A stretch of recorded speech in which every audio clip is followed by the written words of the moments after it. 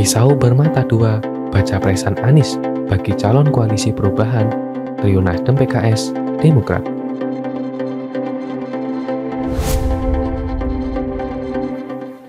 Sesuai dengan hasil survei poltreking di wilayah Pulau Jawa, elektabilitas Partai Nasdem menunjukkan peningkatan. Di DKI Jakarta, Nasdem meraih 14,3% di bawah PDIP dan di atas PKS dengan 12,4%. Di Banten, Nasdem turun meraih posisi kedua dengan 13,8%, di bawah Gerindra 17,6%, di atas Partai Golkar dengan 13,3%. Di Jabar, Nasdem posisi 4 dengan 7,5%, di Jateng posisi 8 2,4%, dan di Jatim posisi 5 6,9%. Pencapaian dalam survei tersebut ditengarai karena efek dari pencapresan Anies Baswedan. Partai Nasdem sebagai pendukung sepertinya menerima imbas positifnya. Terlihat bagus, tapi bila dicermati secara sepihak, pencapresan Anies hanya positif bagi Partai Nasdem saja. Sementara secara lebih luas, yaitu bila dilihat efeknya bagi calon pengisi koalisi yang sedianya akan dibentuk untuk mengusung Anies secara lebih serius, agaknya justru tidak baik-baik aja. Bila diperhatikan, kenaikan suara Partai Nasdem berkemungkinan untuk merugikan calon rekan anggota koalisi lainnya. Ini bisa diketahui bila kemudian hasil survei poltreking di atas dibandingkan dengan hasil Pileg 2019 lalu. Peningkatan suara Nasdem ini berpotensi menggerogoti basis suara Partai Keadilan Sejahtera dan Partai Demokrat. Sebagai contoh saja adalah di DKI Jakarta. Pada pemilu 2019 lalu, PKS berhasil meraih 16,79% di Jakarta, sementara Partai Nasdem hanya berhasil meraih 5% saja.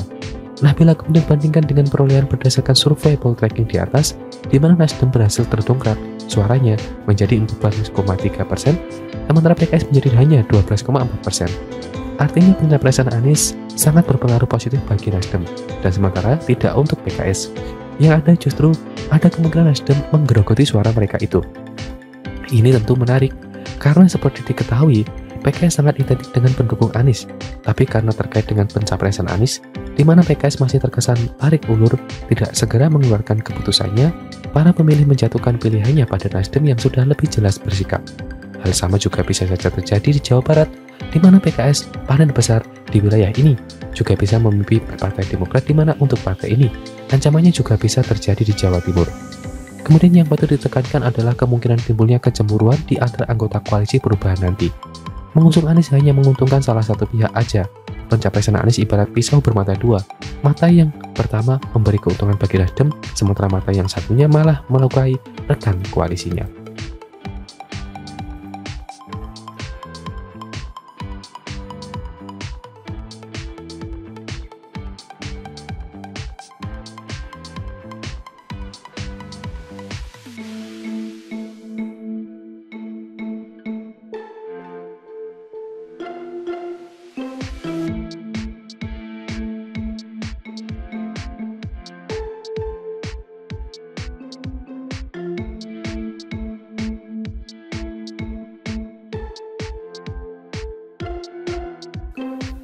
Sesuai dengan hasil survei poltreking di wilayah Pulau Jawa, elektabilitas Partai Nasdem menunjukkan peningkatan.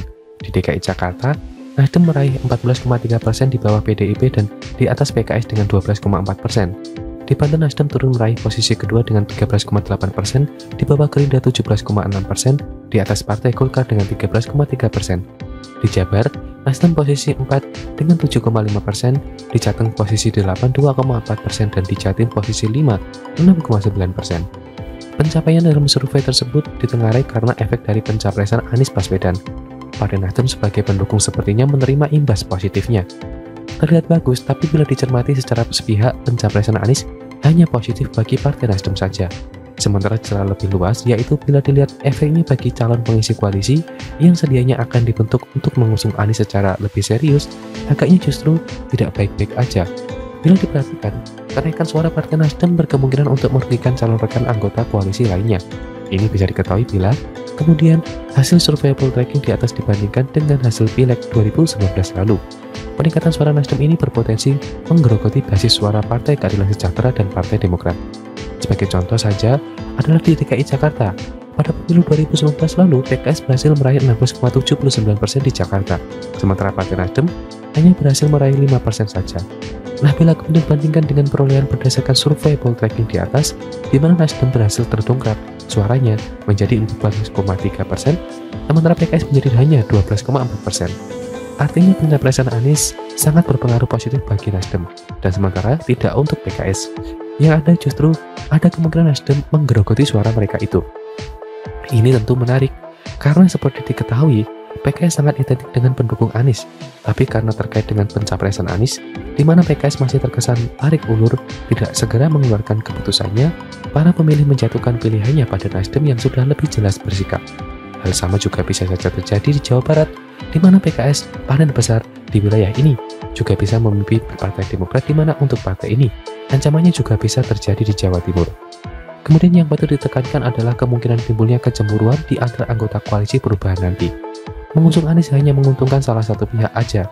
Pencapresan Anies ibarat pisau bermata dua. Mata yang pertama memberi keuntungan bagi Nasdem, sementara mata yang satunya malah melukai rekan koalisinya.